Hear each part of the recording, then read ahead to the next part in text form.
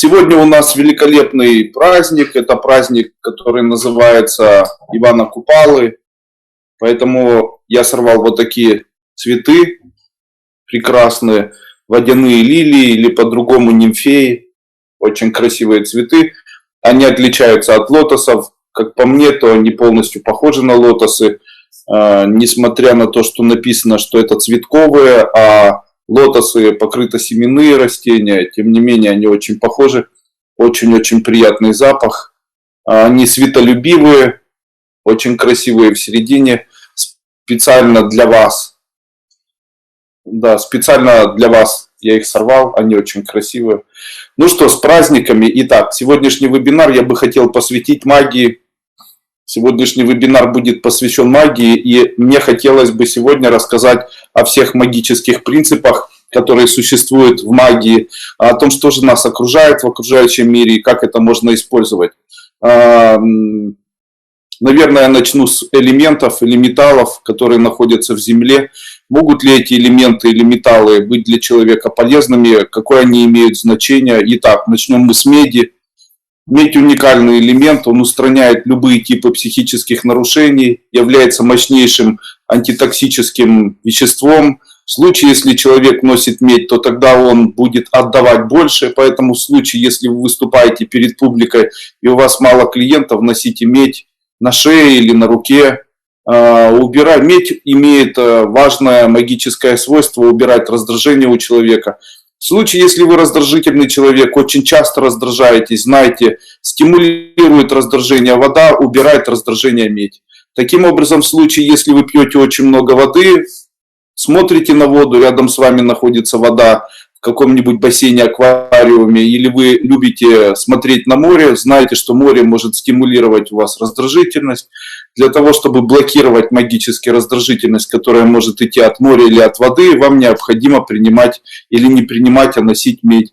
Также я говорил о том, что медь можно использовать в ходе лечебных свойств ее в виде изготовления специального магического зелья. То есть берется медь в чистом виде, после этого кладется в стаканчик, заливается водичкой. Естественно, предварительно такая медь должна быть очищена. После этого такую медь необходимо варить где-то минут 20, пока она закипит и прокипит. После этого необходимо достать медь и после этого уварить то, что получилось, до середины.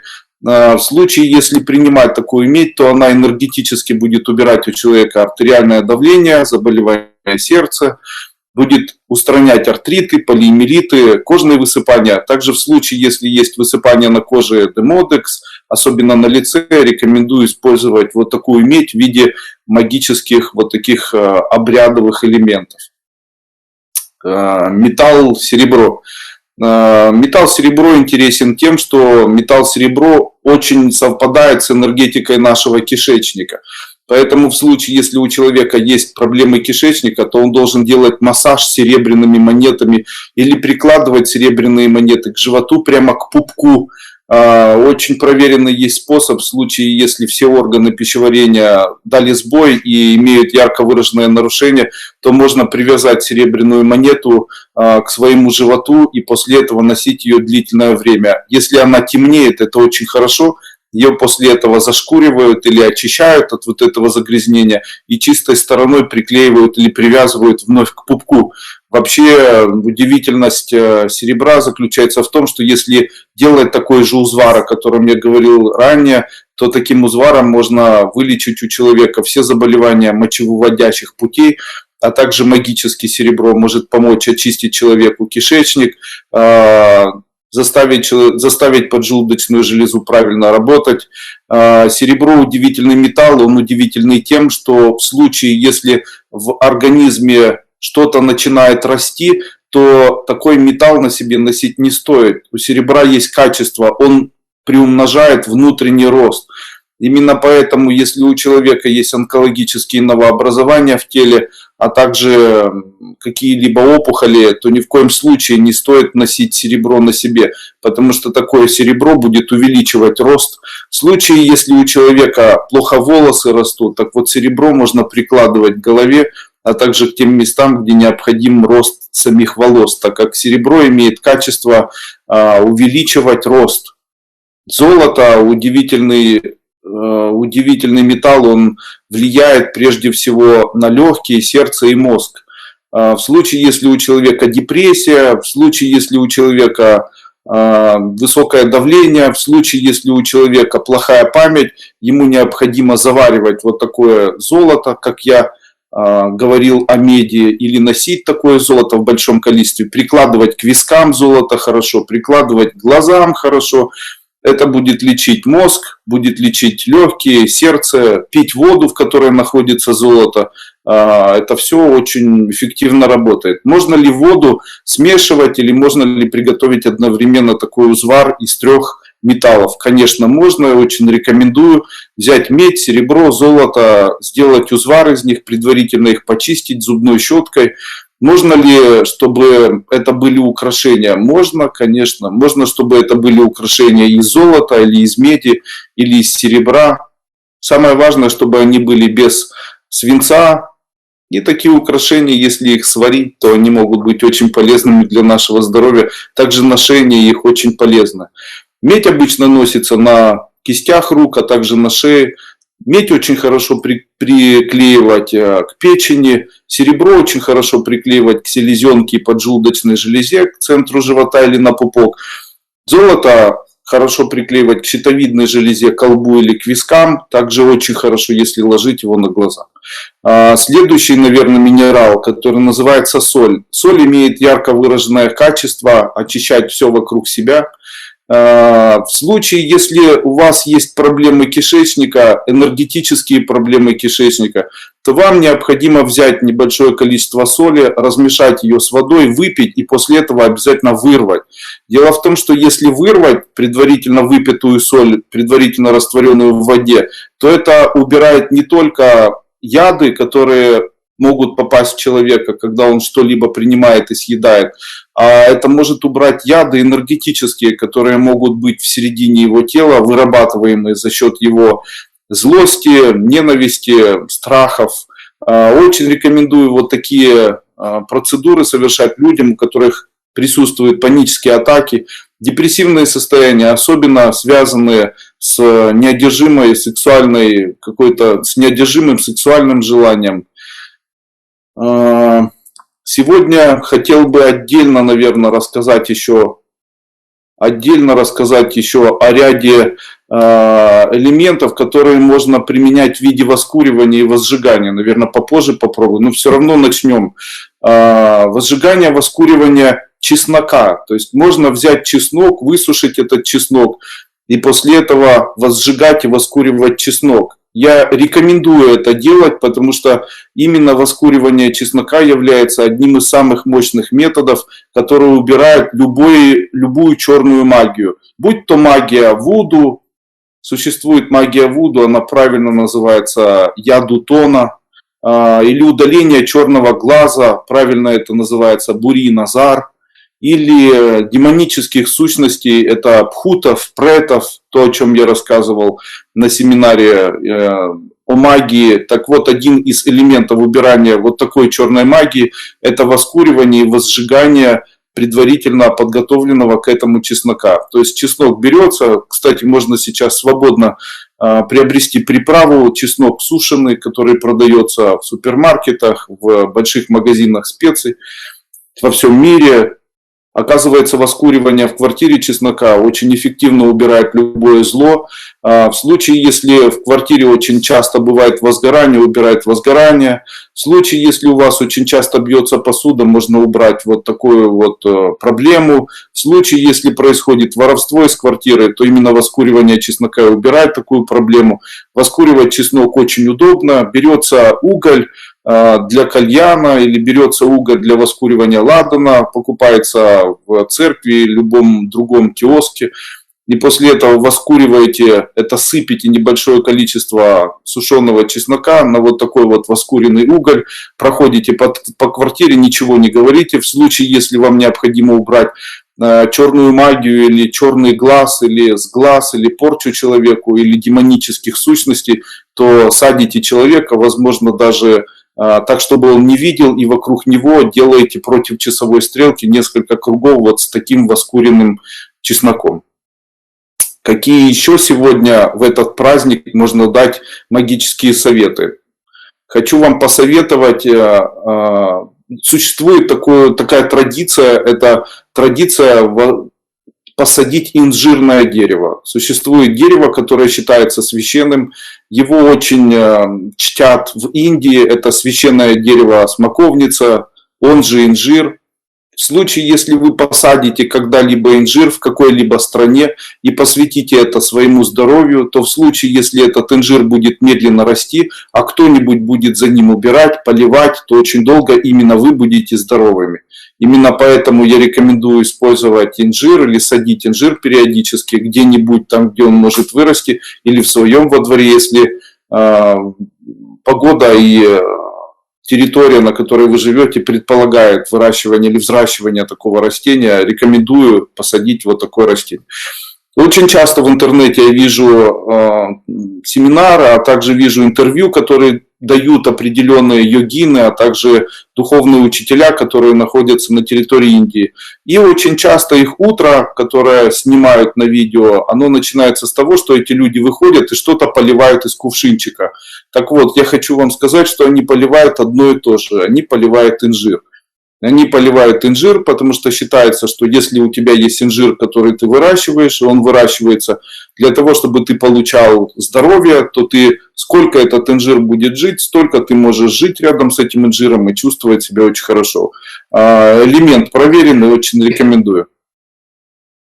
Раз мы заговорили про Индию, то я могу сказать об одном из самых, наверное, уникальных обрядов, но при этом очень эффективных обрядов. В Индии, а также в некоторых странах, где существует культ коровы, в случае, если человек начинает очень сильно болеть, особенно онкологическими новообразованиями, то этому человеку очень часто советуют провести обряд. Купить за свои деньги корову и после этого подарить человеку, которому необходима корова, эту корову бесплатно. Таким образом, человек откупается от онкологического новообразования. Вы знаете, я знал, по крайней мере, одного человека, который купил и подарил корову, и у которого после этого произошло исцеление.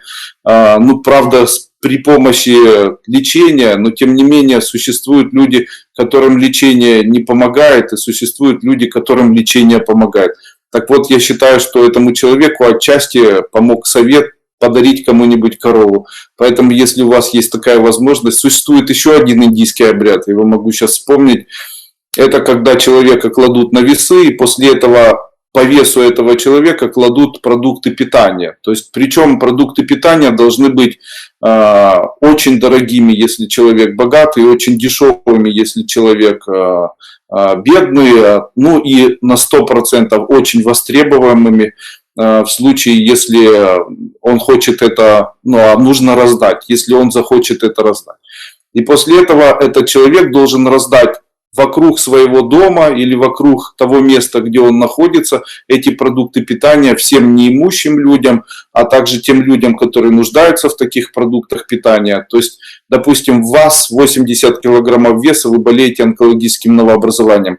Во вторник или в субботу вы должны взять продукты питания неприготовленные, это важно, и после этого раздать тем людям, которые живут от вашего дома на территории, наверное, 1 квадратного километра в диаметре, тем людям, которые будут нуждаться. Причем вы именно сами и должны это раздавать.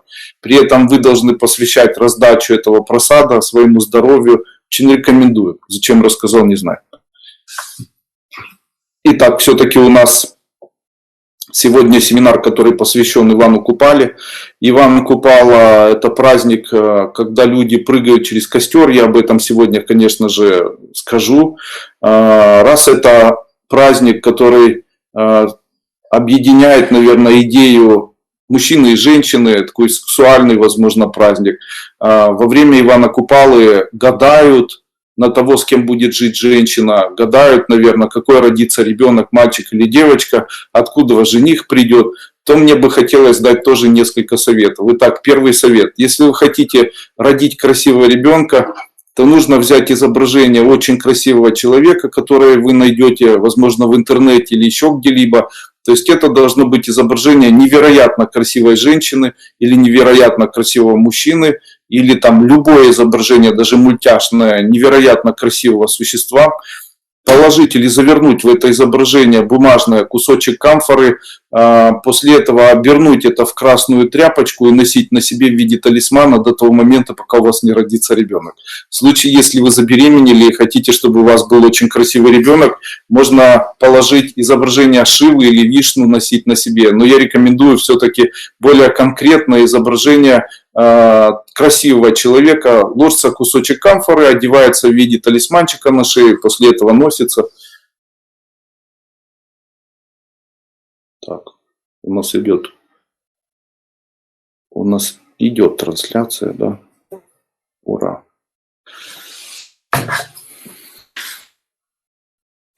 В случае, если у женщины есть угроза срыва, и эта женщина боится потерять ребенка, и первый раз, допустим, рожает, или первый раз вынашивает ребенка, и хочет эта женщина доносить этого ребенка, рекомендую использовать такой вот обряд с солью.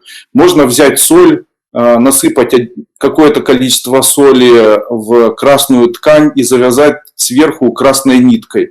И после этого носить где-нибудь на себе до того момента, пока вы не выносите ребеночка. Перед тем, как вы захотите рожать, то за 1 или 2 недели обязательно вот этот мешочек нужно, не развязывая, снять с себя. И после этого обязательно родите. Кстати, когда женщина должна рожать, в этот день нельзя ничего отдавать, а также нельзя завязывать шнурки, а также нельзя завязывать узлы, а также для того, чтобы она быстрее родила, необходимо узлы наоборот развязывать. Очень жарко. Я могу сказать о том, как работает красная юбка. В случае, если вы одели красную юбку даже под низ хорошей юбки другого цвета и пришли в этой юбке в церковь или пришли на кладбище в красной юбке, то у вас обязательно начнется вагинальное кровотечение. Если у мужчины будут красные трусы, и он придет на кладбище или придет в церковь, то эти красные трусы могут привести его к тому, что у него будут очень тяжелые проблемы, связанные с предстательной железой, и может появиться невероятного размера геморрой. Кто не верит в магию, очень рекомендую вот так попробовать. Одеть красные трусы или красную юбку и походить по кладбищу. После этого мне все-таки написать, насколько вам плохо. Я потом объясню, как это все остановить. Ну, лучше не пробовать. Итак, существуют ли обряды, чтобы женщина не забеременела, если ей нет такой необходимости? Да, существует. Существует такой обряд и, наверное, магия, которая касается детских выпавших молочных зубов. Оказывается, детские выпавшие молочные зубы могут являться мощнейшим талисманом для ребенка. Такой молочный зуб, если такой зуб вложить в специальную амфору и сделать талисманом для этого человека, то ему будет по жизни невероятно вести, он будет чрезвычайно успешным человеком. В случае, если этот зуб не коснулся земли, то есть выпал и лежит на подушке, то тогда он имеет магическую силу. А если этот зуб упал на пол, вы можете его смело выбрасывать, дальше он магическую силу иметь не будет. В случае, если взять выпавший зуб ребенка, не имеет значения возраст и пол ребенка, и носить женщине на себе в виде талисмана, обернутого в ткань или в какой-нибудь золотом талисманчике, то она никогда не забеременеет, если этого не захочет. То есть она будет ложиться, допустим, с кем-нибудь спать и будет говорить: я не забеременею в этот раз, и не сможет забеременеть. Вот такой вот зуб ребеночка, это как раз является, молочный зуб ребенка является мощнейшим талисманом, который может носить женщина для того, чтобы не забеременеть. Наверное, хочется спросить, Андрей Андреевич, есть ли кровотечения маточные, допустим? Существует ли какой-нибудь обряд? Конечно. Если у женщины маточные кровотечения, я рекомендую использовать ключик. Каким образом его одевают? Берут замок, где-нибудь замок закрывают, можно и без замка закрытого. Просто берут металлический ключ, одевают этот ключик в веревочку, одевают веревочку в виде пояса вокруг бедер. И после этого размещают ключ так, чтобы он находился между ягодиц. Сзади можно поверх нижнего белья, можно поверх одежды, ну как захотите. И необходимо это носить не менее 60 дней. Обычно в первые 1-2 дня маточные кровотечения останавливаются. Очень рекомендую, очень хорошо работает. Дальше, а если женщина теряет ребеночка во время вынашивания, появились, допустим, такие кровотечения, что нужно сделать? Существует обряд, где можно использовать белую розу, красную розу или даже лотос, или даже лилию. В середину цветочка нужно положить 21 пшеничное зерно. После этого аккуратненько связать эту розу в красную фланелевую или какую-нибудь другую тряпочку и положить у изголовья женщины. Но не так, чтобы она спала прямо на этой розе, а так, чтобы спала, находясь рядом с данным свертком. Это очень эффективно устраняет возможность выкидыша, очень быстро убирает вот такие проблемы. Как раз женщина сейчас пишет: Андрей Андреевич, подскажите, как избавиться, если обряд, как сделать так, чтобы человек бросил пить. Конечно, нужно обязательно сделать круглые какие-нибудь сладкие печеньки. То есть можно взять, допустим, печенье, добавить туда мед, молочко и повыкатывать вот такие круглые шарики такого вот размера, чтобы они были как круглые пирожные. Можно посмотреть в интернете, как изготовить сладкие круглые пирожные. Мы были в Египте, и там даже круглые сладкие пирожные продаются такие. Я не помню, как они называются. Так вот, необходимо взять вот таких 5 самодельно приготовленных круглых пирожен. Можно купить 5 круглых пирожен. После этого дождаться момента, когда человек, который употребляет алкоголь, заснет. И после этого все 5 пирожных на тарелочке или в руке вокруг его головы поносить несколько раз. После этого или на следующий день, только в случае, если это вторник или суббота, нужно выйти, найти черную собаку и ее покормить. При этом в случае, если собака идет, то ей больше ничего не давать, не гладить на нее, не смотреть и быстренько-быстренько уходить. В случае не отгонять ее, не прогонять, ничего не делать. Собака, видя, что вы больше не хотите ей ничего давать, обычно отказывается что-либо от вас принимать. Также можно, вообще в этом обряде нужно использовать волка. Волка можно найти в зоопарке. Но вы знаете, особенность волка заключается в том, что он не хочет есть такие пирожные круглые. Он обычно любит кушать мясо, а пирожные ему не хочется кушать. Так, а собаки, они всеядные. А где найти черную собаку? Друзья мои, наверное, необходимо провести исследование, где живет черная собака. После этого с пирожными покрутить вокруг человека, дать ему либо во вторник, либо в субботу, вернее, покрутить над ним, когда он спит. Допустим, как я это вижу. Человек пришел домой, он лег спать. После этого, допустим, это понедельник. После этого он лег спать. Вы поносили или поводили этими пирожными над ним. После этого эти пирожные спрятали до следующего дня. На следующий день, во вторник, вы взяли эти пирожные, вышли на улицу и угостили какую-нибудь черную собаку и пришли быстренько домой. Наверное, очень интересный вопрос я затрону. Это вопрос воскуривания. Очень часто говорится о разных растениях и говорится о целебных свойствах разных растений, но никто не раскрывает вопроса воскуривания растений, которые имеют тоже очень важное магическое свойство. Полынь и белладонна, в случае, если ягоды белладонны или полынь воскуривать на угле, то у человека появляется ясновидение. Сегодня бы я хотел дать, наверное, определенные качества различных растений, которые могут работать с человеком в том случае, если он будет эти растения не заваривать, не употреблять вовнутрь, а воскуривать. Наверное, было бы это очень интересно. В случае, если воскуривать кору березы или листья березы, то это будет очищать кровь, а также убирать карму у человека негативную. В случае, если он сделал что-то в своей жизни или сделали что-то его родственники, то именно воскуривание вокруг человека или раскуривание рядом с собой коры березы на угле будет очищать кровь и карму. В случае, если кору ели, а также иглы ели, то создаст события в жизни, сделает человека умным, человек очень быстро начинает сосредотачиваться. Если воскуривать кору ореха или листья ореха, то это сделает человека умнее.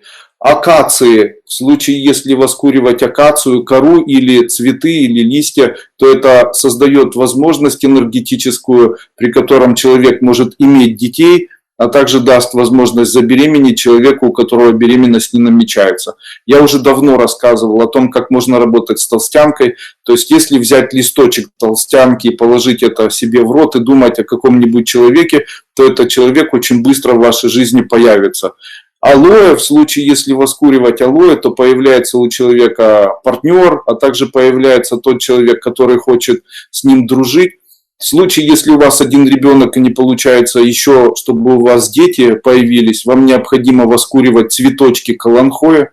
Базилик убирает неприятности из жизни человека. Тысячелистник, листики, привлекает клиентов в ваш бизнес. Чертополох убирает зависть, если воскуривать рядом с собой или в квартире.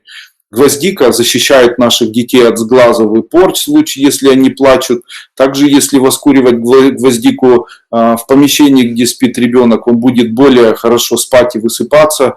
Если воскуривать порошок из гороха или из цветов гороха, то сделает человека очень красноречивым. Если из коры и листьев дуба, даст человеку здоровье. Если воскуривать цветы зверобоя, то это уберет демонов, если возжигать нервные состояния.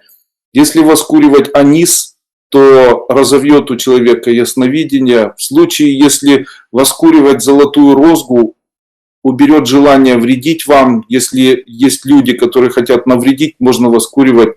Если кору и листья ивы воскуривать, то это уберет плохие сны. В случае, если воскуривать Иван траву, уберет нежелание на вас жениться. Это ж удобно. Представляете, не хочет никто на вас жениться, что нужно делать?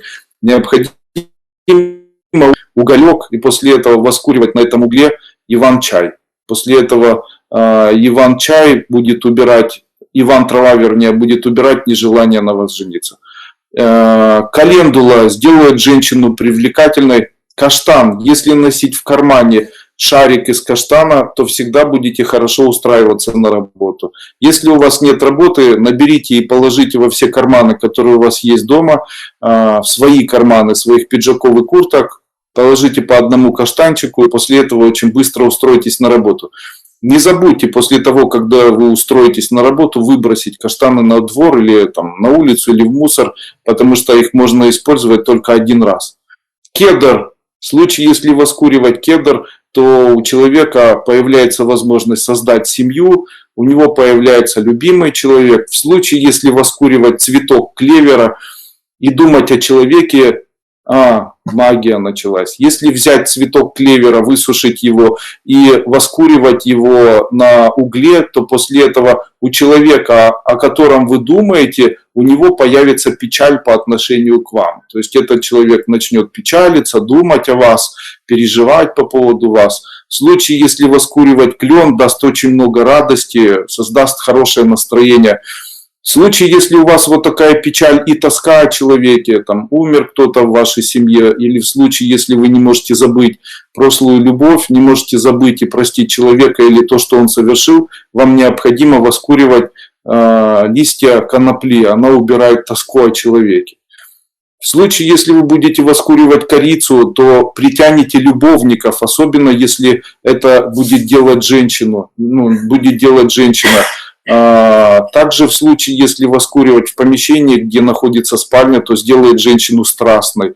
Также воскуренная корица, есть еще одно растение, называется оно гвоздика маточная. Вот гвоздика маточная и корица, они будут возбуждать женщину в случае, если воскуривать в спальне.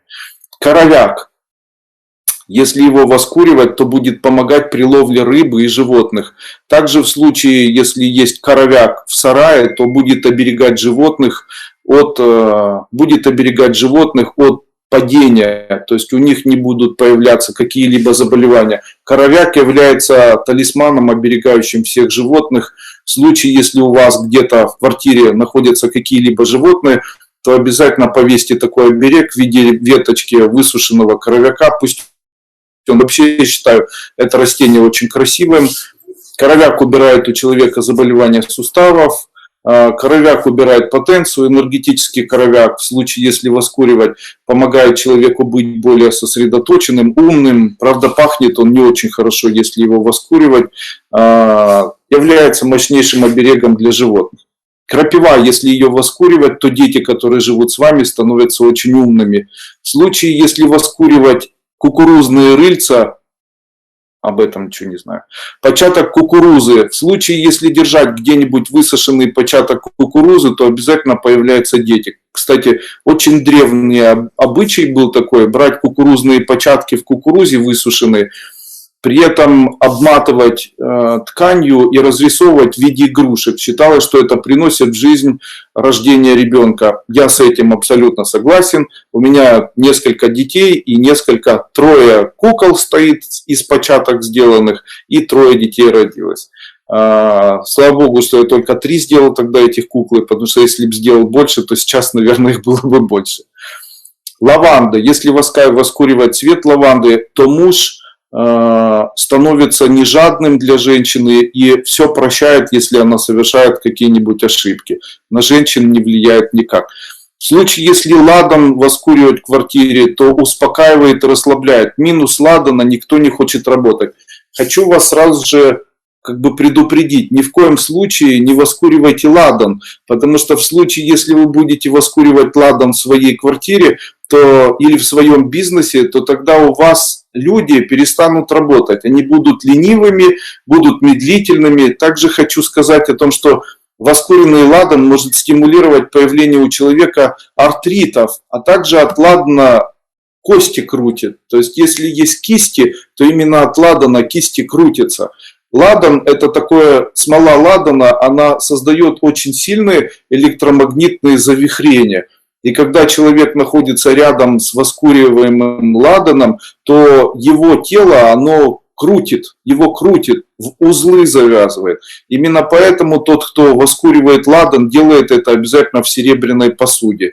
В случае, если кто-то рядом находится и участвует в воскуривании ладана или рядом находится, то у этих людей очень часто появляется заболевание суставов кистей и суставов ног. Посмотрите на женщин, которые находятся в церквях, которые работают долго. Как правило, у них есть проблемы, которые связаны с воскуриванием ладана, работой свечей и так далее.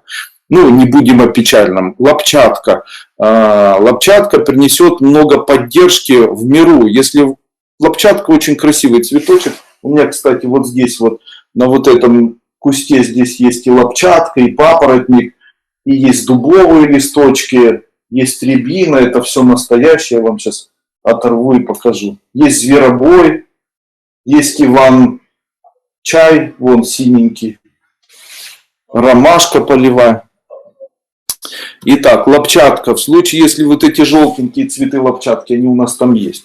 Если желтые цветочки лопчатки воскуривать, то тогда в мире, в котором вы живете, будет очень много поддержки. Ежедневно будут находиться друзья, кто-то вас будет поддерживать. Мускатный орех. Если его воскуривать, то это возбуждает сексуальное желание у женщины и мужчины. В случае, если воскуривать мяту, то это устраняет привороты у человека. В случае, если папоротник воскуривать, изгоняет злую нечистую силу в квартире, а также у человека, который вдыхает такой дым. Если делать воскуривание полыни, то делает вас невидимым для врагов, но, к сожалению, еще и невидимым для денег. Поэтому в случае, если вы будете воскуривать у себя в квартире, можете смело это делать. Но в случае, если вы будете воскуривать это у себя на работе, где вы зарабатываете деньги, то это может сделать вас тоже невидимым. Вообще, папоротник имеет качество делать человека невидимым. Это единственное магическое качество, которое есть у папоротника. Именно за это его качество и применяли в свое время в магии. Воскуривая папоротник, человек делается безразличным ко всему сам, и его никто не замечает. Поэтому, если вы будете ехать куда-нибудь за границу, и вам нужно будет что-то провести, то вам необходимо сделать воскуривание папоротника вокруг себя, а сам папоротник взять как талисман, при котором вас видеть никто не будет.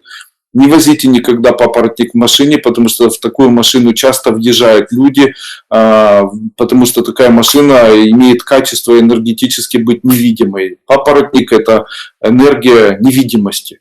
Полынь аналогично имеет такое качество. Он делает человека невидимым для врагов, но и для друзей тоже невидимым. Поэтому в случае, если на вас идет негативное влияние, вы его чувствуете, то вам необходимо полынь воскуривать. Но если у вас нет денег, то я бы не рекомендовал вам использовать полынь и папоротник, потому что, воскуривая их, вы становитесь невидимым ко всем энергиям. То есть вас никто не видит, включая Бога.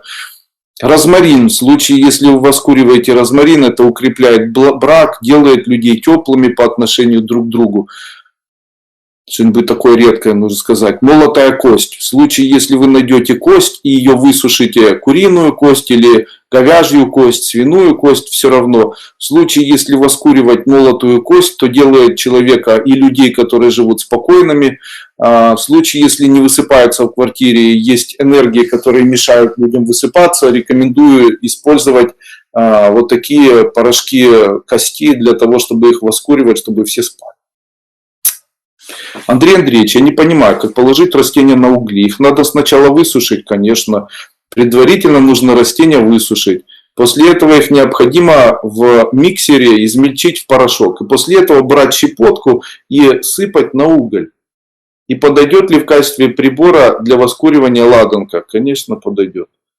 Когда-то сказали, что четки хорошо делать из куша. Что такое куш, ученица школы? Куш — это грубо ягоды лотоса.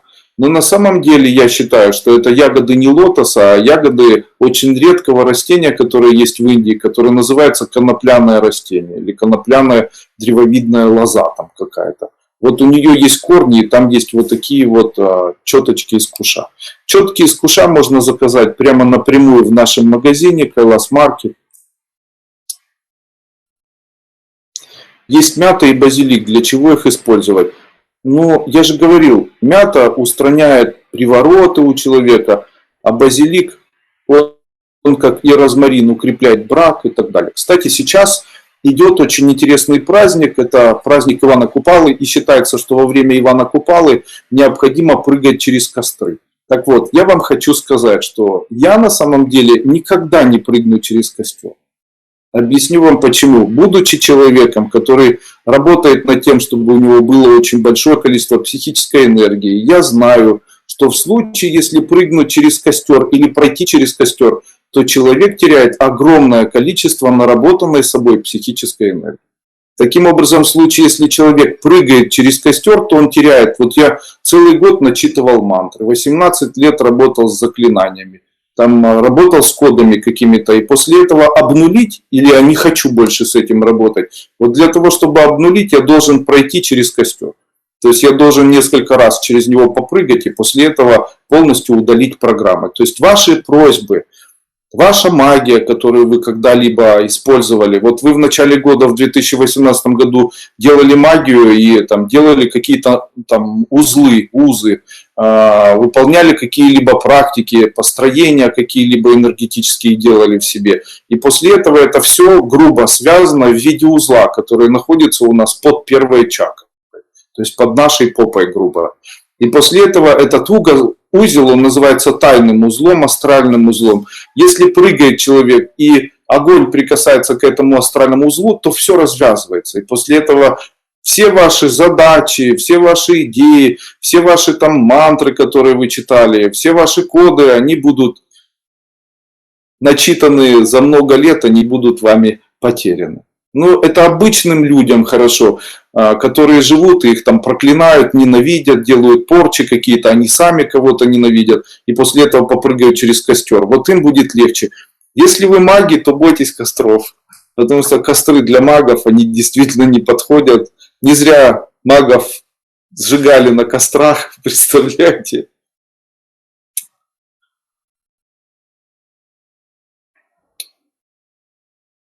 Лавровый лист, если воскуривать. Лавровый лист, если воскуривать, то у человека появляется работа, у человека появляется терпимость. Дальше. Что делать, если смотреть долго на воду? Если смотреть на воду в океане или в море, то появляется ясновидение. Но океан забирает у человека элемент доброты, потому что океан — это высокодуховное существо. Океан безвозмездно дает большое количество энергии тем людям, которые обитают в нем. В случае, если человек очень долго смотрит в океан, то океан забирает доброту. Человек становится злым, глядя в воду. Если человек подолгу смотрит в воду, он после этого может становиться агрессивным. Именно поэтому люди, вот моряки очень долго плавают в море, после этого выходят и становятся злыми. Пиратами стали. Вот если бы море, оно приводило человека к спокойствию, то появились бы пираты когда-нибудь?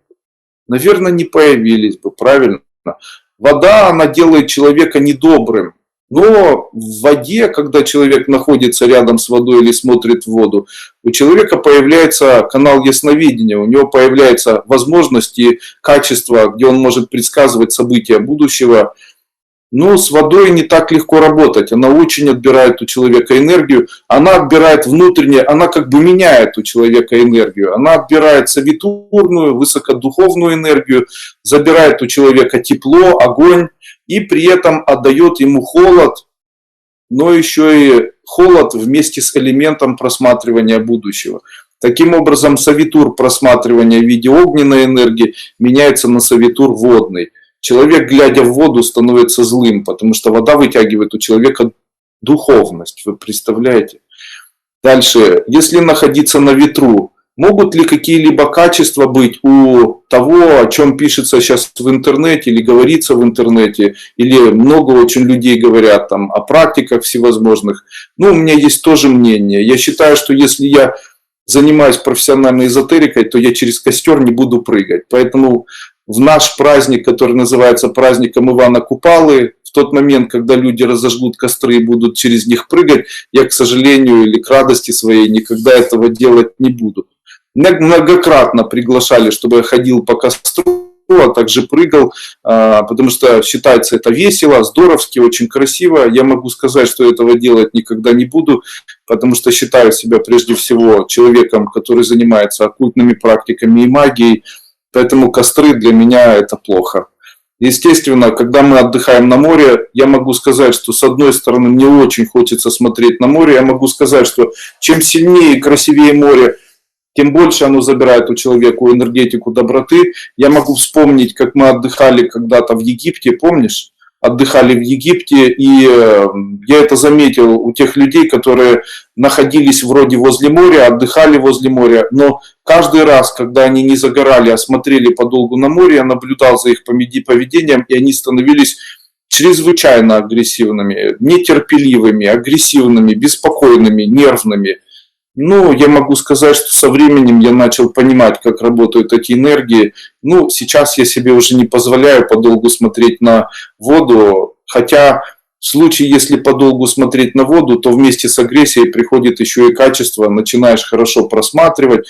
Самое лучшее место, где можно научиться просматривать и восполнить энергию совитур, это пустыня рядом с водой, Египет. Получается, с одной стороны, ты меняешь духовность на ясновидение, а с другой стороны, за счет пустыни, глядя на пустыню, ты привлекаешь совитур энергии, которая накапливает песок, который собирает энергию по частицам, забирая ее у Солнца. Таким образом, с одной стороны, ты меняешься, да, делаешь баланс вот такой. С одной стороны, меняешь энергию или применяешь свою духовность, меняя ее на ясновидение, и с другой стороны, духовность взращиваешь в себе, просто обращая внимание на пустыню. Таким образом, все восстанавливается. Именно поэтому я очень часто езжу в Египет. Для меня страны с песком и морем одновременно. Это страны высокого духовного уровня, а также страны, где можно очень быстро накапливать ту энергию, которая больше всего необходима на самом деле эзотерику. Когда говорят о том, что Андрей Андреевич, там деревья и все остальное, я могу вам сказать, деревья очень часто не отдают свою энергию. Деревья отдают энергию очень часто, эта энергия нам не нужна. То есть, если человек, допустим, будет забирать энергию у ольхи, то после этого человек становится озабоченным, нервным, психически неадекватным, все время веселым, не может сосредоточиться на своей жизни, ну и так далее. Знаете, собирание энергии у живых существ, это еще и не очень этично, как бы с моей стороны было бы. Я в свое время практиковал практики цигун и делал это каждый день, находясь там в каком-то парке. И практикуя это на протяжении 3 месяцев лета, до осени начал замечать, что дерево начало обсыпаться и практически засохло. Ну, знаете, не хочется быть убийцем для деревьев. Когда его спилили, то это хоть не так гадко выглядит, знаете, хоть быстро убил кто-то. А так, когда ты его еще и медленным образом ежедневно вытягиваешь у него энергию, то это очень так, для меня не очень приятно.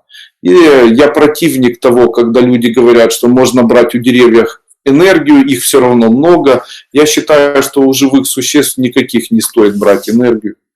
Ну, все равно, давайте продолжать. Итак, как же влияет ветер, по моему мнению? Ветер выдувает у человека любые негативные мысли. Но если очень долго, то и любые мысли вообще. Поэтому человек, который находится все время на ветру, он может потерять свое сознание. Оно может просто вздуться. Я очень рекомендую подниматься в горы тем людям или находиться на ветру тем людям, у которых есть состояние мнительности. То есть, если человек мнительный, у него большое количество мыслей, не может никак успокоиться, я рекомендую этому человеку подниматься к ветру, в какие-нибудь ущелья, там, где ветра очень много. Горы. Если у человека закончились идеи, ничего не приходит на ум, то вам необходимы горы. Почему? Горы дают расширение восприятия мира, дают человеку свободу, убирают у человека им же поставленные ограничения.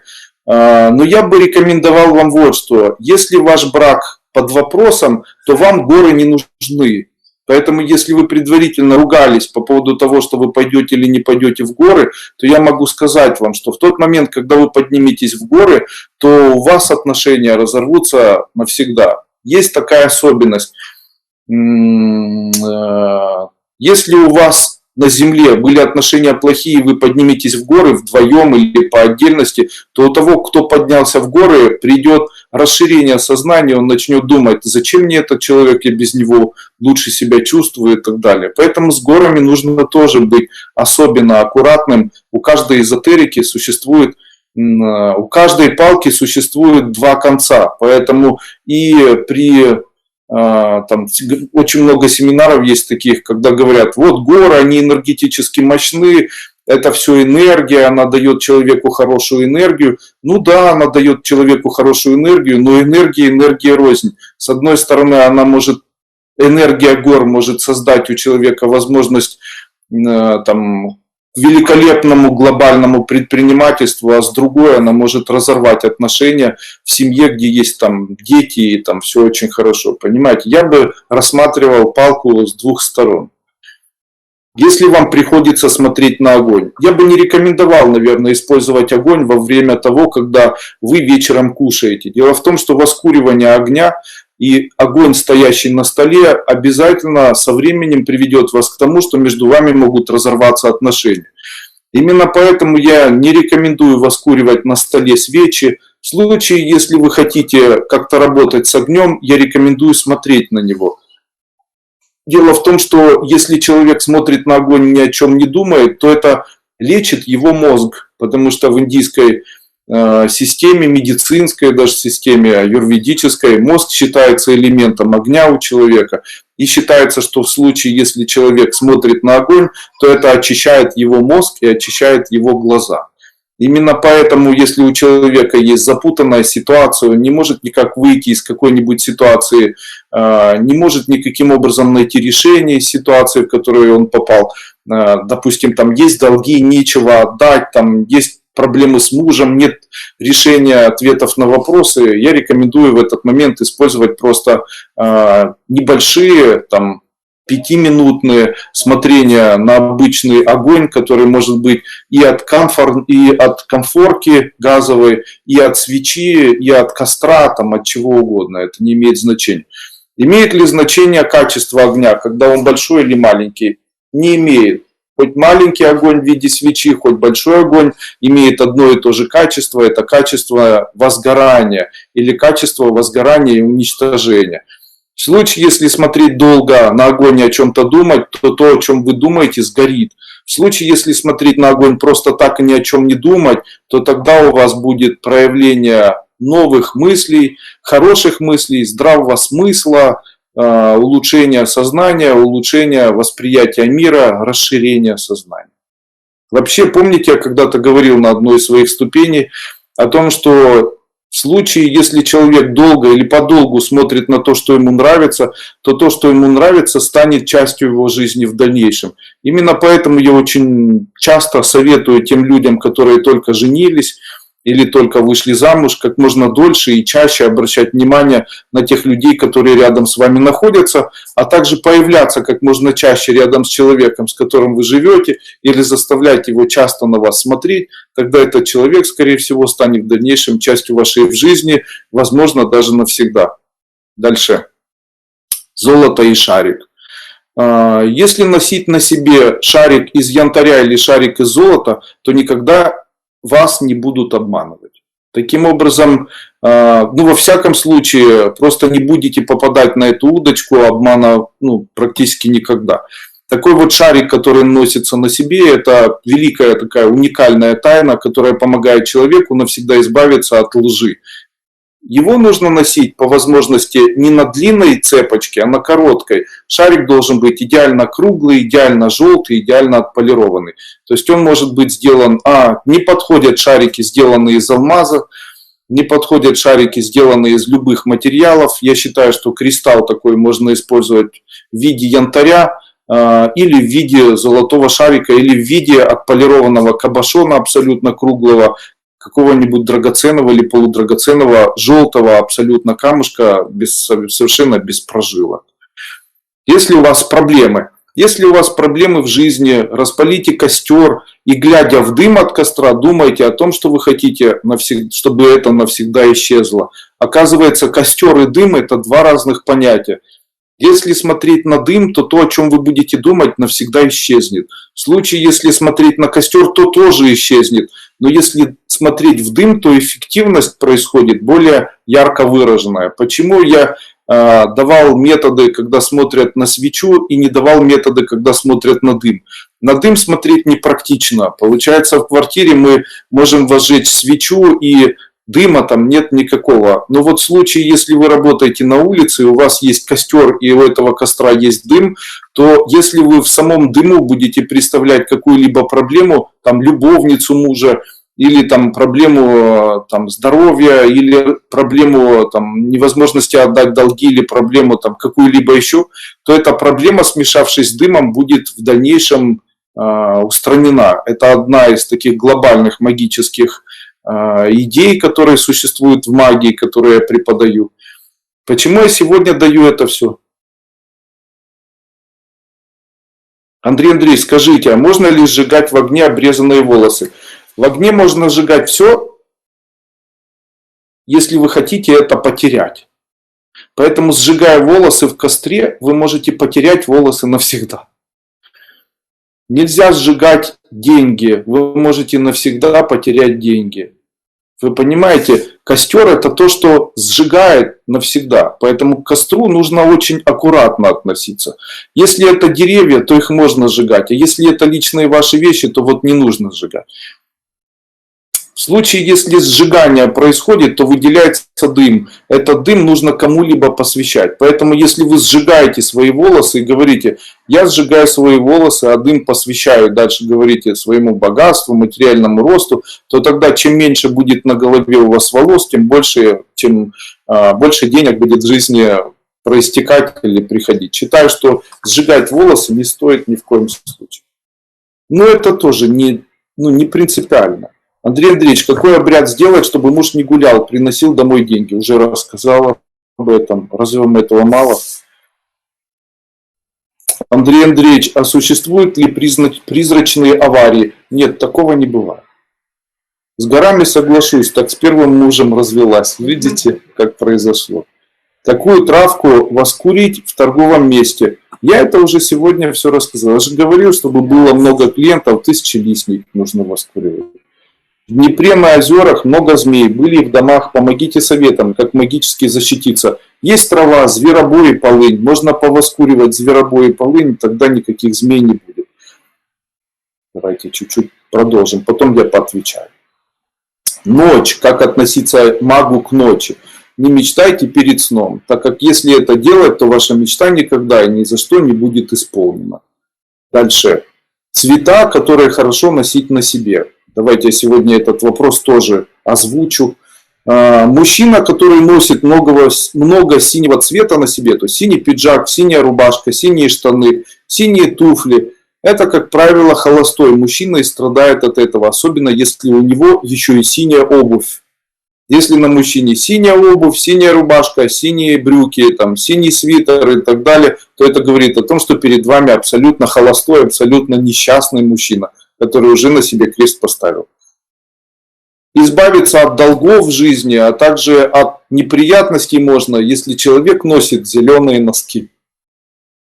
Поэтому, если человек одевает зеленые носки, он избавляется от неприятностей. Причем, чем выше голенище зеленых носков, тем больше у человека шансов быть более успешным в жизни. Поэтому носите зеленые носки, правда, так, чтобы никто не видел. Если носить фиолетовую одежду человеку, то у человека появляется неудовлетворенность жизнью и бесконечная тоска. Именно поэтому я противник фиолетовой одежды, запрещаю ее носить или одевать на детей, а также носить близким. Я считаю, что фиолетовая одежда приводит человека к тоске и неудовлетворенности. Коричневая одежда или цвета коричневые на человеке, они невероятно сексуально возбуждают человека, который ее носит. Именно поэтому я бы не рекомендовал никогда делать школьную одежду для детей из коричневых тонов. Почему? Ну вот теперь давайте вспомним, к чему это привело. То есть пока одежда была черная, все было хорошо. Как только начали выпускать коричневую одежду, все пионеры и комсомольцы с ума свихнулись, понимаете? Почему? Коричневая одежда сексуально возбуждает. Поэтому если женщина одевает коричневую юбку, то ее это очень сильно возбуждает, но ее не столько это сексуально возбуждает, как возбуждает чувства, нервы, она начинает метаться, злобной становится, гормоны выделяются. Рекомендовал бы тем женщинам, у которых недостаточно хорошо выделяются женские гормоны. Если выделяются плохо женские гормоны, есть проблемы с месячными, менструацией, то я рекомендую периодически носить коричневую одежду на себе, хотя бы небольшое количество. Дальше. Белая одежда создает состояние чистоты и радости. Черная одежда создает состояние постоянства и верности. Именно поэтому монашки носят черную одежду, потому что они постоянны в своей вере, они верны своим обетам. Именно для этого очень часто в исламском мире одевают на женщин черную одежду, потому что она стимулирует быть постоянно верным, быть постоянным, быть верующим, жить только идеями одной семьи и так далее. Именно поэтому черная одежда является одеждой постоянства, верности, бизнеса. Красная одежда приводит к мечтаниям, но развивает речь. Я бы не рекомендовал носить красную одежду тем людям, которые очень много врут, потому что это усиливает качество лжи у человека. Женщины лучше относятся к мужчине, если у него где-либо есть хоть какое-то вкрапление зеленой одежды. Получается, если мужчина хочет, чтобы женщина к нему начала хорошо относиться, то он должен прийти к ней навстречу так, чтобы на нем было хоть где-нибудь вкрапление зеленого чего-нибудь. Мужчинам не свойственно носить зеленую одежду, а женщин зеленая очень привлекает. Поэтому я рекомендую мужчинам для благородства и где-то, может быть, реализации носить зеленые камни на себе, в случае, если у вас есть такая возможность. Женщина, которая носит пояс на штанах, как правило, женщина, которая склонна к гомосексуализму. Поэтому, если вы не склонны, то не одевайте на себя пояса. Вообще, очень часто я смотрю на то, как одеваются люди. Могу сказать, что плотная одежда, она полнит человека. А немного свободная одежда, она наоборот делает человека более худым. Таким образом, когда вы выбираете одежду, я могу вам сказать, если вы все-таки полный человек, не одевайте на себя ни в коем случае одежду, которая будет вас обтягивать. Если вы очень худая женщина, эта одежда, которая обтягивает, она для вас, вы будете казаться полнее. В случае, если вы полный человек, одевайте одежду, которая свободно будет на вас находиться, тогда определить ваш вес будет невозможно. Так эзотерически и магически воспринимаются люди. Дальше. Что обозначает закрытая обувь? Закрытая обувь дисциплинирует человека. Открытая обувь, наоборот, развращает человека. Поэтому, если у вас есть муж, то заставляйте его носить обувь, которая будет зашнурована. А также женщине очень хорошо носить обувь, которая достаточно зашнурованная. Вот смотрите, дисциплинирует. Где можно найти вот такую дисциплинирующую обувь? Посмотрите, сапоги. Сапоги, они были созданы для армии. Зачем нужны сапоги? Ведь удобнее ботинки, ведь удобнее кроссовки, удобнее шлепанцы. Нет, в армии совершенно запрещены любого вида открытые виды обуви. Почему? Потому что обувь, которая затягивает стопу и затягивает стопу аж до голени или до колена, это обувь чрезвычайно дисциплинирующая человека. То есть дисциплина, когда у человека каша в голове, когда у человека нет дисциплины, когда он не может сам себе дать, как говорится, лада, когда человек не может сосредоточиться на чем-то, то этому человеку необходима такая обувь, которая будет затянута. Таким образом человек начинает дисциплинироваться. Вы хотите поститься или у вас не хватает дисциплины для того, чтобы худеть, начинайте носить такую обувь. Если вы хотите худеть и ходите в сланцах, то у вас ничего не получится. Поэтому можете расслабляться. Дальше. Я надеюсь, то, что я вам сегодня рассказываю, интересно. Если умываться молоком, то человек будет нравиться людям. Оказывается, это один из тайных обрядов, причем обряд такой достаточно эффективный. Если человек утром берет чашечку и перед тем, как умыться, моет лицо молоком свежим, не магазинным, а от настоящей коровы, то этот человек становится благословленным Богом Вишну, и после этого у этого человека появляется и материальное благополучие, появляется везение, появляется красота лица, люди начинают хорошо относиться. Но я хочу вам сказать, что мыть нужно только лицо. Дальше, как правильно умываться, я хочу вас научить. Для того, чтобы умываться так, чтобы в жизни вам очень везло и чтобы вас никто никогда не сглазил, перед тем, как начать умываться, нужно сначала помыть левую руку до локтя, после этого правую руку до локтя, и после этого вот так руки держать и умыть брызнуть себе несколько раз в лицо. И только после этого руками прикоснуться к своему лицу. Вот если так делать, вас никто не сглазит, у вас будет очень хороший день, будет большое количество сил. Недавно я писал это в своей статье и говорил об этом на прошлом вебинаре. Я говорил, люди, бойтесь зеркал. Меньше смотрите в зеркала, потому что когда человек смотрит в зеркало, то в этот момент он перестает быть заметным для окружающего его мира. Поэтому в случае, если вы любите зеркала, меньше в них смотритесь. Андрей Андреевич, скажите, золотой браслет на какой руке лучше носить? Можно золото носить на себе, где захотите. Золото считается священным металлом или святым металлом. Золото человек может носить на себе, где он захочет. Если вы женщина, знайте, чем больше на вас будет золота, тем теплее будут вокруг вас отношения по отношению к вам. Именно поэтому женщины, когда взрослеют, они стараются одевать на себя большое количество золота. Когда на женщине много золота, то люди, которые находятся рядом с ней, они перестают к ней плохо относиться, начинают ее любить, начинают относиться тепло, ну и так далее. Именно поэтому, когда женщина взрослеет, или когда у мужчины или у женщины появляется такое ощущение, как будто весь мир к ним плохо относится, то появляется желание очень часто приобрести себе что-нибудь золотое. Я рекомендую носить обязательно кованый золотой браслет желтого цвета. Чем выше проба, тем лучше, на правой руке женщинам. Таким образом, это обозначает верность, это обозначает постоянство, это обозначает стабильность в жизни, это обозначает вот радость такую. У меня жена моя носит на правой руке вот такой из чистого золота браслет.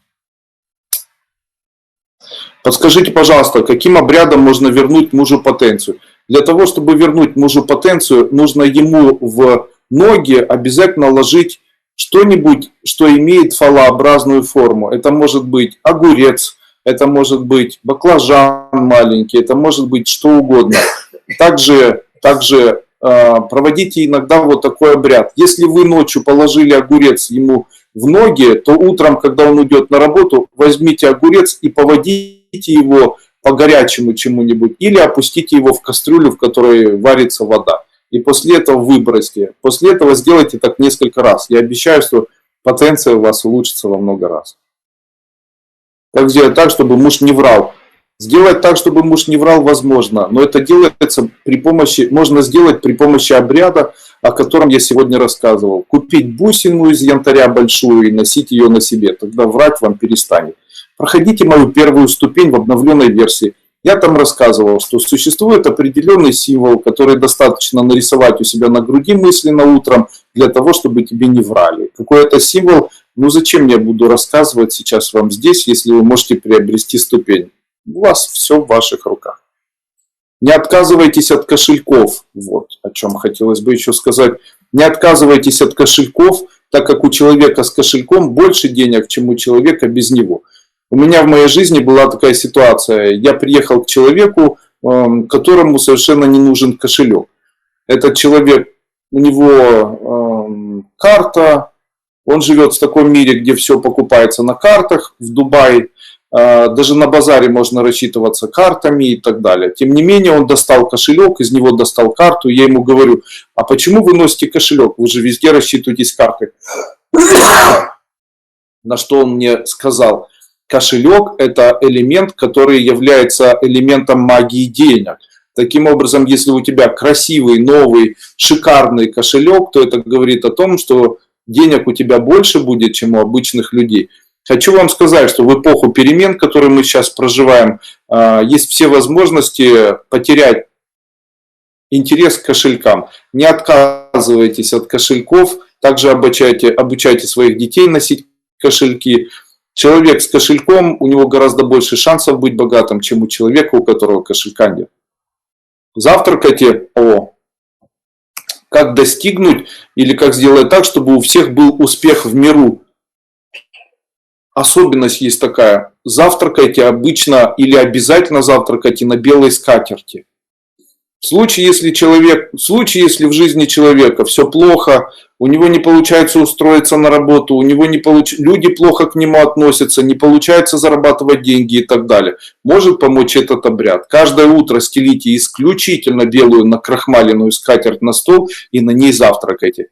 Если вы будете завтракать на белой скатерти, то очень быстро мир начнет к вам хорошо относиться, и вы будете в миру иметь невероятный, ошеломляющий успех. Примеры, да? Посмотрите, завтрак с Борисом Березовским на белой скатерти. Завтрак с Владимиром Путиным на белой скатерти. Завтрак с Владимиром Жириновским на белой скатерти. Завтрак с каким-нибудь американским миллионером. Посмотрите, они все завтракают утром и все едят на белых скатертях. Почему? Есть такая особенность. Это практически все знают, кто добился невероятного или ошеломительного успеха. Обязательно заставляют прислугу или обязательно заставляют тех людей, которые живут, обязательно заставляют утром, хотя бы в субботу, воскресенье или в какие-то дни ложить белую скатерть. Белая скатерть, она каким-то образом работает. Каким образом, я понимаю, но я бы не хотел об этом говорить, потому что это идеи, которые связаны с иудаизмом, а из-за того, что идет очень большая программа, которая запрещает говорить об иудаизме, я об этом рассказывать не буду. Ни о Торе, ни о скатертях, ни о воскуривании семисвешника и так далее. То есть этого говорить не буду умалчивать. Тем не менее могу сказать, что завтрак на белой скатерти обозначает, что вы принадлежите иудейскому народу. Таким образом, когда мне показали видео, или я видел видео, где ВВ кушает на белой скатерти, я могу сказать, к какому народу он принадлежит. Ну что ж, я могу сказать, что мы тоже, хоть и не принадлежим к этому народу, но тоже кушаем на белых скатертях. Почему? Есть даже песни такие о белых скатертях, есть там, и так далее. Ну и в этих песнях говорится о том, что человеку везет в случае, если скатерть белая. Скатерть белая, залита вином, да, есть песня такая. Дальше. Что есть, чтобы быть богатым? Есть два продукта, которые приносят богатство в семью. Перед самым сном, если человек съест розовое варенье или финиковое варенье или мед, то это принесет богатство в семью.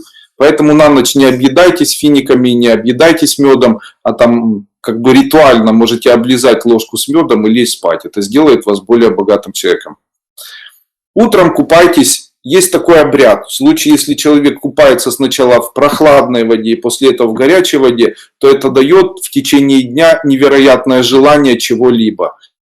Поэтому, если вы потеряли желание, можете искупаться в холодной и после этого в горячей, и тогда это будет стимулировать у вас желание. Дальше. Все успешные люди, как ни странно, хотя я могу сказать, что мне это не нравится, но все успешные люди завтракают утром овсяной кашей на молоке. Я не приверженец этого, я не люблю ни молоко, ни овсяную кашу.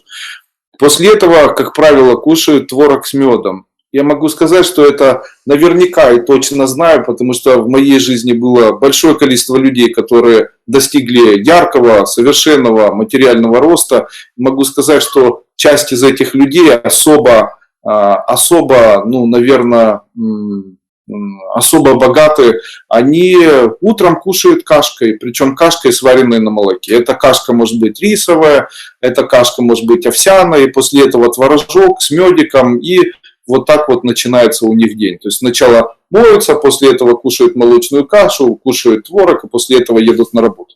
Я не противник утром творога, я считаю, что если творог утром кушать, хотя я считаю, что для здоровья это не очень хорошо, тем не менее, если у человека достаточно большой возраст, уже 60, 80, 120 лет, то человеку полезно кушать утром творожную кашку такую.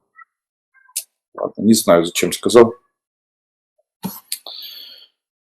Соляные кристаллы. Вот о соли еще я сегодня скажу. Соляные кристаллы сейчас очень модно покупать и продавать соляные лампы, соляные кристаллы. Могу сказать, что они действительно имеют магическое воздействие на бизнес. В случае, если ставить у входа магический кристалл из соли или просто кристалл из соли, то тогда соль увеличивает потенциал у ваших сотрудников, потенциал у людей, которые хотят покупать. Покупатели приходят с деньгами, а не без денег. То есть, таким образом, соль своего рода потенциал.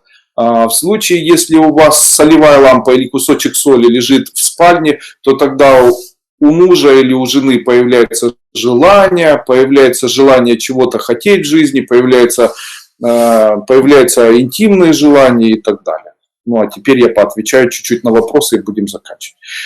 Андрей Андреевич, подскажите обряд или заговор? Ой, кто-то удалил. Андрей Андреевич, спасибо большое. Подскажите, пожалуйста, занимаюсь по записи СНГ-11. Чувствуется, работает, но начала плакать, много раздражаться и снова плакать. Как себя успокоить? Необходимо обязательно после занятий СНГ номер 11 знать, что вы тратите большое количество энергии психической. Она возникает, когда человек испытывает состояние радости и удовольствия. Если вы плачете, это говорит о том, что у вас психическая энергия израсходована. Покупайте шум увеличения психической энергии. И после того, когда вы позанимались или перед тем, как позаниматься, читайте либо код для поднятия психической энергии, либо шум используйте, который вы можете приобрести на нашем сайте эзотерическая школа Кайлас duiko.guru. Расскажите, пожалуйста, про плетение венков на Ивана Купалы. Ну, это я вам не нужен. Вам нужен интернет. То есть я вам не нужен. Есть эта информация, я понимаю, дать эксклюзивную информацию, которую я дал, которой в интернете нет, это интересно. А говорить о том, о чем говорят все остальные, знаете, повторяя кого-то, я даже не хочу об этом говорить. То есть если вы хотите, можете сейчас нажать, купить или почему венки, как гадают на венках и так далее. То же самое можете сказать о шунгите. Ничего не могу сказать о шунгите. Я могу сказать о том, как правильно работать с водой. Хотите, я сегодня еще об этом скажу. Смотрите, очень важно не та вода, которую вы пьете, а из какого стакана вы пьете. Вы должны знать, если вы пьете из зеленого стакана, то тогда вы поумнеете. И ваша жизнь будет очень хорошая. Если вы пьете из синего стакана, то у вас будет очень много здоровья. Самое лучшее для материального благополучия – это пить из зеленого стакана. Но если в зеленый или в синий стакан, это для здоровья. В синий стакан что вам нужно, чтобы какое у вас здоровье было? Чтобы молодость была какая-нибудь. Тогда какие кристаллы должны быть? Старые или молодые? Молодые кристаллы должны быть. А из молодых кристаллов какие кристаллы самые лучшие? Это янтарь, он моложе, чем все остальные, включая. Ну это же молодая смола получается, да?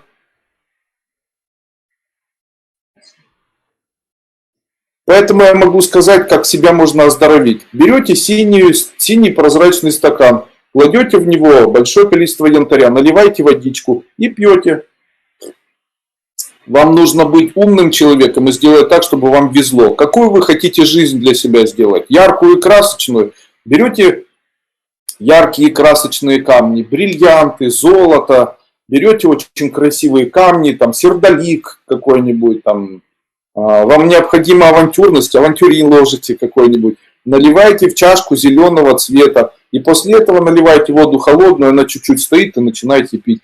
Таким образом вы можете сделать так, чтобы зеленый цвет будет настраивать на то, чтобы что-то произошло в вашей жизни. Синий цвет будет настраивать на то, чтобы в вашей жизни было похудение. Если вы положите синий камень в синюю воду, то будете худеть. В случае, если положите красный камень в синюю воду, будете поправляться. Потому что красное расширяет, синее сжимает. Последнее занятие СНГ. Можно делать это занятие каждый день. Во сколько заниматься, утро или вечер? На СНГ я там рассказывал. Говорил о том, что данное занятие лучше делать в утреннее время больше, чем в вечернее. А четки из янтаря можно носить на себе? Конечно. Я вообще считаю янтарь священным камнем. Мне очень нравится данный камень. Но я не могу говорить об этом, потому что я таким образом навязываю вам идею любить янтарь. На самом деле, вы можете любить что угодно. Там, моя Соня, она любит бриллианты. Я думаю, если бы я подарил ей четки из бриллиантов, она бы их носила, наверное. Если был бы выбор выбрать из янтаря или из бриллиантов, она бы выбрала из бриллиантов. Хотя я могу сказать, что мне нравятся очень четкие из янтаря, так как у янтаря есть одна особенность. Они теплые. Они теплые. Эти четки теплые. Я сам пользуюсь янтарными четками. У нас есть янтарные четки в продаже. Их можно приобрести на нашем сайте. Нет, на сайте kailas.market. А как быть, если я не люблю именно желтое золото? Мне нравится только белое, благодарю. Это не имеет значения. Хоть и белое, хоть и желтое, это все равно золото. Поэтому вы можете использовать и одно, и другое, как хотите. Многие любят белое золото. Вообще, человек, ограничивая себя, ограничивать не должен. Дело в том, что можно любить то, что красивое, а не любить то, что модное. Поэтому мне нравятся женщины, потому что женщина до какого-то момента, она хочет повторять чью-то моду, а потом она говорит, да я буду делать то, что мне нравится. Вот те, которые делают то, что нравится, гораздо красивее, чем те делают то, что делают другие. Знаете, индивидуальность в человеке, наверное, им нужно ставить где-то на первое место. Как правильно расположить окна двери при строении дома? Есть ли обряд для счастливой жизни в доме? Есть обряд для счастливой жизни в доме. Необходимо взять кувшин, после этого положить в кувшин драгоценности, кусочки чего-нибудь ценного, и что бы вы хотели, чтобы в доме было. Допустим, там пшеница символизировать будет там, рост и изобилие, кусочек меда будет символизировать там, тепло и деньги, золотые украшения, достаток, там, мех какой-нибудь или пух, это теплое отношение друг к другу, и там книжку можно какую-нибудь, не обязательно, там, можно початок, чтобы всегда у мужа все было хорошо. И после этого сверху нужно герметично крышкой закупорить это все и замазать там сургучом или воском. И после этого в доме, под домом это закопать. Это будет талисман, который будет притягивать в вашу жизнь материальное благополучие и то, что вы загадаете. По-другому это называется бумпа. То есть вы изготавливаете бумпу. Как располагать двери? Двери необходимо располагать так, чтобы туда не задувал ветер. Посмотрите, откуда в основном на протяжении года у вас дует больше всего ветров. Как бы вы ни располагали тот дом, в котором вы живете, вы должны знать, что любой ветер, который дует в сторону вашей двери, в случае, если он дует очень часто, то это нехорошо. Поэтому здесь не какой стороной расположить, а откуда дует ветер. Если этот ветер на протяжении года дует с северной стороны и больше, чем со всех остальных, то вот на северную сторону не нужно его направлять. Также не стоит делать выход и вход в сторону моря. В случае, если у вас будет когда-нибудь такая возможность, никогда этого не делайте. Почему? Потому что вы никогда не вылечите дом от плесени. В сторону моря нельзя ни в коем случае делать входы и выходы. Если вы когда-нибудь будете строить отель или что-то делать по отношению к такому бизнесу, знайте, что в случае, если у вас напрямую открываются двери к морю, то помещение это оно очень быстро придет в негодность и наверняка очень быстро разрушится. Все, что имеет дыры, направленное к морю, рано или поздно море забирает. Это такая особенность моря. Море очень сильная энергия.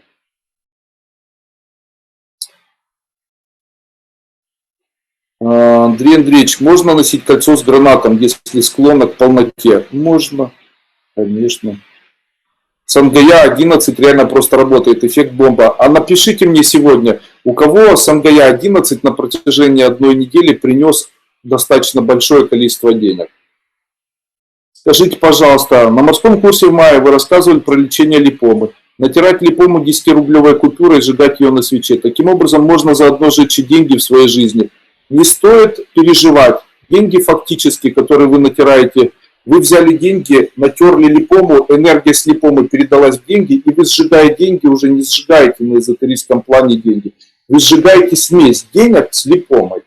И сжигаете вот то качество. Я говорю, что липома возникает в случае, если у человека есть проблемы с принятием или отдачей денег. Таким образом, вы сжигаете саму проблему. Ничего страшного можно делать, не бойтесь.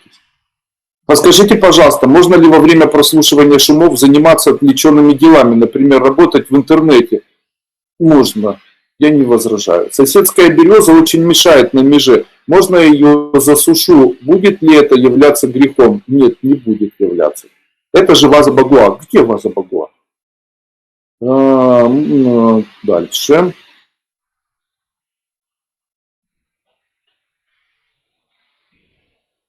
Куда девать волосы, которые остались на расческе? Полить, вы сказали, нельзя. В воду можно бросать? Можно в воду бросить и смыть.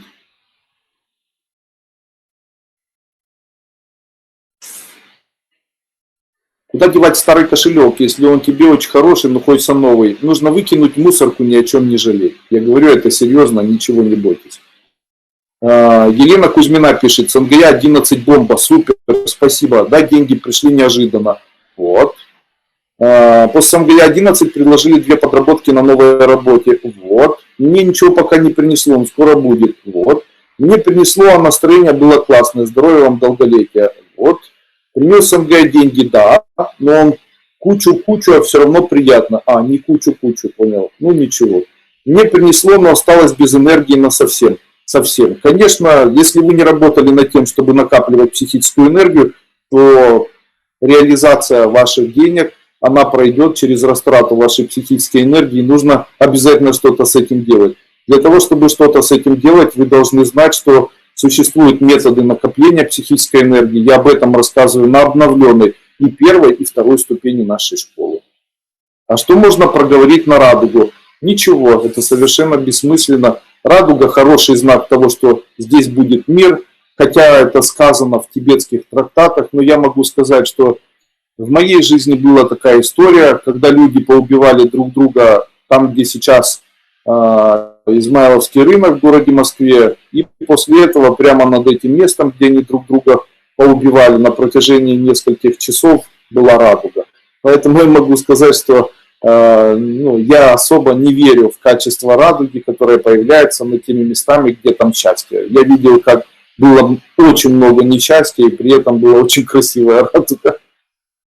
Отдали часть долга, и после СНГ, очень устаю после практики. Так должно быть. Каждое утро приносит мне шабашку. Каждый день. Раньше такого не было. Ты что, Татьяна? Можно ли СНГ проходить, если не прошла 1-ю ступень до конца? Нет, нужно пройти 1-ю ступень до конца, пожалуйста. Мне принесли деньги за 2 дня столько, до этого полмесяца нужно было работать. Супер. Андрей Андреевич, а желание на ленточках для ветра можно применять, как на морском курсе? Можно. Существует такой обряд, когда человек может написать свое желание на ленточку и повесить в каком-нибудь месте, где есть ветер и где нет очень много людей. Тогда сколько будет развиваться вот эта ленточка на ветру, столько раз будет желание появляться. Также, если у вас есть вентилятор, вы можете, и он выходит на улицу, то там, где вентилятор, можете разместить ленточки, на котором вы напишите свои пожелания. И тогда в случае, если вентилятор будет раздуваться, он будет шевелить этими ленточками, и эти желания будут исполняться тоже. Ну, интересно это все. А если есть много кошельков, их нужно убрать, как насчет зеленого кошелька? Если у вас есть много кошельков, и если есть зеленый кошелек, то убирайте все кошельки так, чтобы их у вас не было. Иначе у вас будет много кошельков, а денег будет, к сожалению, мало. Чем больше кошельков, тем меньше денег. Также не дарите кошельки, потому что в тот момент, когда вы дарите кошелек, вы занимаетесь черной магией. И ответственность за это потом будет лежать на вас и ваших детях. В случае, если вы дарите кошелек другому человеку, то этого человека вы фактически забираете энергетически возможность его заработка. Так вот, этот человек будет зарабатывать и делить между вами и собой. Таким образом, подаренные кошельки являются элементом работы с черной магией. Не нужно этого делать. Часы на руке невозможно носить, останавливается ход. И смартфоны перестают работать. Можно ли это как-то объяснить? Это говорит о том, что вы попали в то, что я называю холодец времени. Такое тоже бывает. Это говорит о том, что ваше время останавливается и ничего не происходит. Вы находитесь в безвременном пространстве. Это очень плохо. Это очень плохо. Почему? Так жизнь проходит и ничего не происходит. Для того, чтобы... У меня наоборот спешат все часы на всех телефонах, смартфонах, везде. Почему? Потому что я очень тороплю время. Я пытаюсь жить так, чтобы очень много давать, очень много совершать и очень много творить. Тем самым я ускоряю время. И мне всегда чего-то хочется больше. И используя магию, я, получается, реализую это люди. И у меня время идет быстрее. И мозги работают из-за этого быстрее. Естественно, могу сказать, что в случае, если время затормозилось, необходимо выполнять практики, которые я даю на первой ступени, которые называются качание или там использование кодов. На прошлой старой версии я давал вот такие упражнения, когда человек делает вдохи и выдохи и делает вот так руками. Выполняйте. Андрей Андреевич, в банку 3-литровую кладу кремниевые пластинки. Это вода для питья. Говорят, что полезные. А вы что скажете? А я считаю, что в белой банке обычные минералы, они никак не работают. Никак не работают. Для того, чтобы минералы активировать, необходимо обязательно, чтобы пространство, в котором находится минерал, начало иметь какой-либо цвет. Вот смотрите, в воде минерал бесцветный. А если на минерал бриллиант бесцветный? А если на этот бриллиант засветить зеленым, он же создает цвет зеленый. А если фиолетовым, создает цвет фиолетовый. Но он красивый, когда белый цвет попадает. Красивый, когда белый цвет попадает.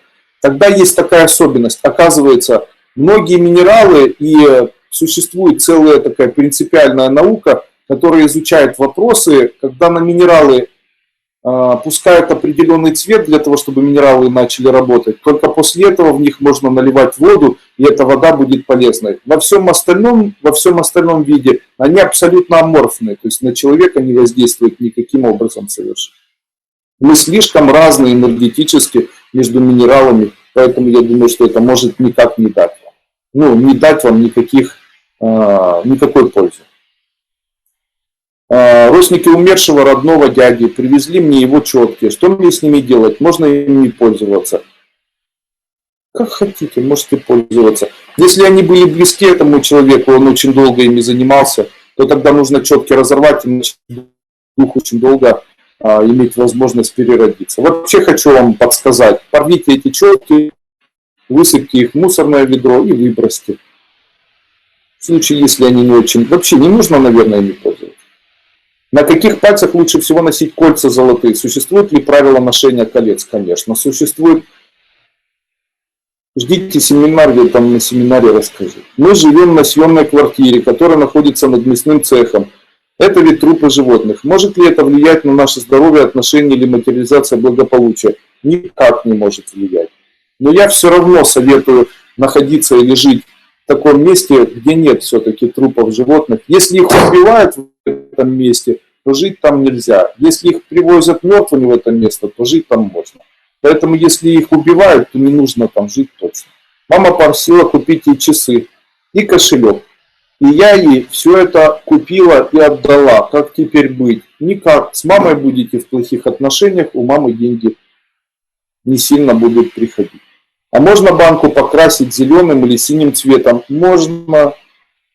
Здравствуйте, спасибо за СНГ-11, только сегодня в записи прошла. Будет работать, да. И еще плохо представляла то, что вы говорили, так у всех.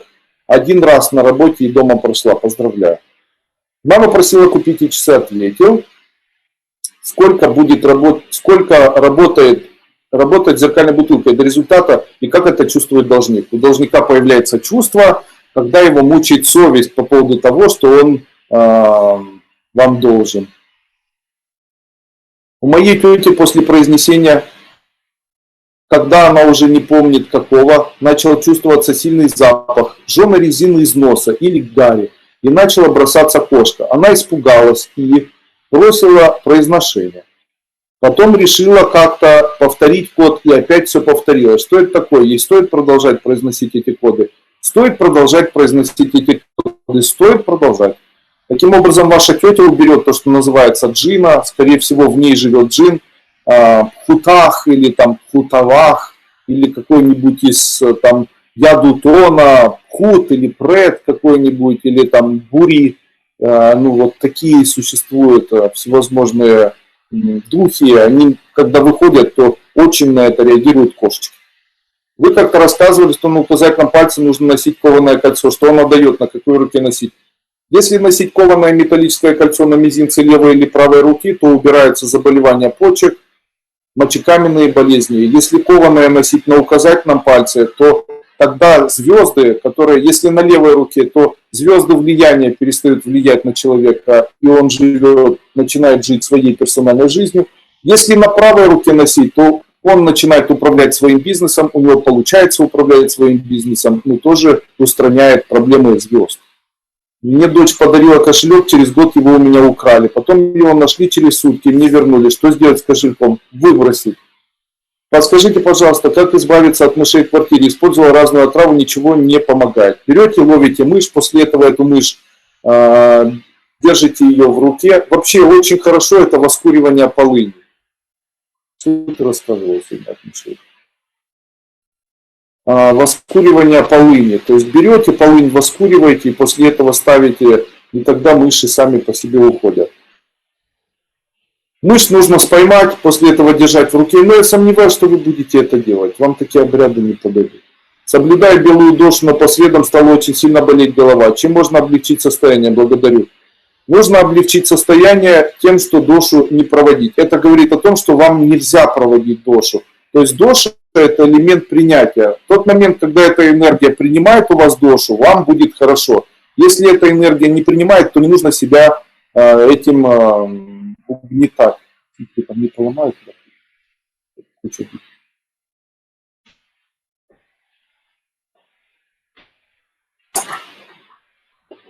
Я подарила кошелек человеку на день рождения. Тогда не знала, что нельзя. Он сам попросил такой подарок. Сейчас с ним не общаюсь. Что теперь делать? Ну ничего. Можно сделать четки из черного янтаря? Спасибо. Я ничего об этом не знаю. Ничего не могу сказать даже. Андрей Андреевич, доброго вечера. Скажите, пожалуйста, какие практики выполнять на ранней стадии беременности, чтобы плод был здоровым? Вам необходимо посмотреть сегодняшний вебинар, я все рассказал по этому поводу. Какие практики выполнять? Самое важное – это состояние радости и удовольствия. Находите возможность радости и удовольствия. Благодаря ступеням моя жизнь потихоньку стала меняться к лучшему, но когда же я стал накапливать психическую энергию и проходить СНГ, чудо, я стала зарабатывать деньги. Это космос, наш учитель, великий человек. Так и есть.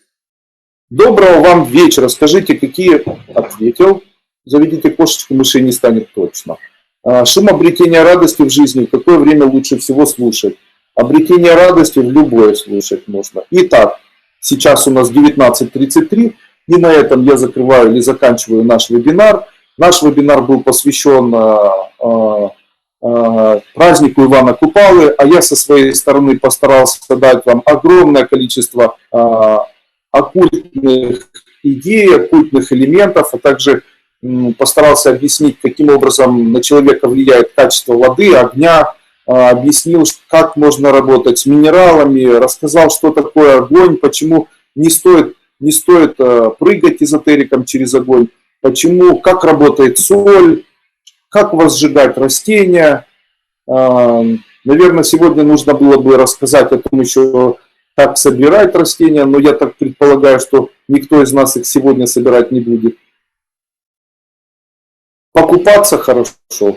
На Ивана Купалы покупаться хорошо. Такого нельзя сказать, что это там особый какой-то обряд. Воду всего источников. То есть, если есть где-то речка с чистой водой, источник какой-то, то сегодня уникальный день, эта вода становится особого вида, и в ней появляется определенного вида необычная кислотность. Вот этой кислотностью или вот такой водой можно помочь человеку, обмыться можно в такой воде, покупаться можно в такой воде. Такая вода, она будет в жизнь притягивать успех, возможно, красоту. Ну да, она называется живая, ничего не могу по этому поводу сказать.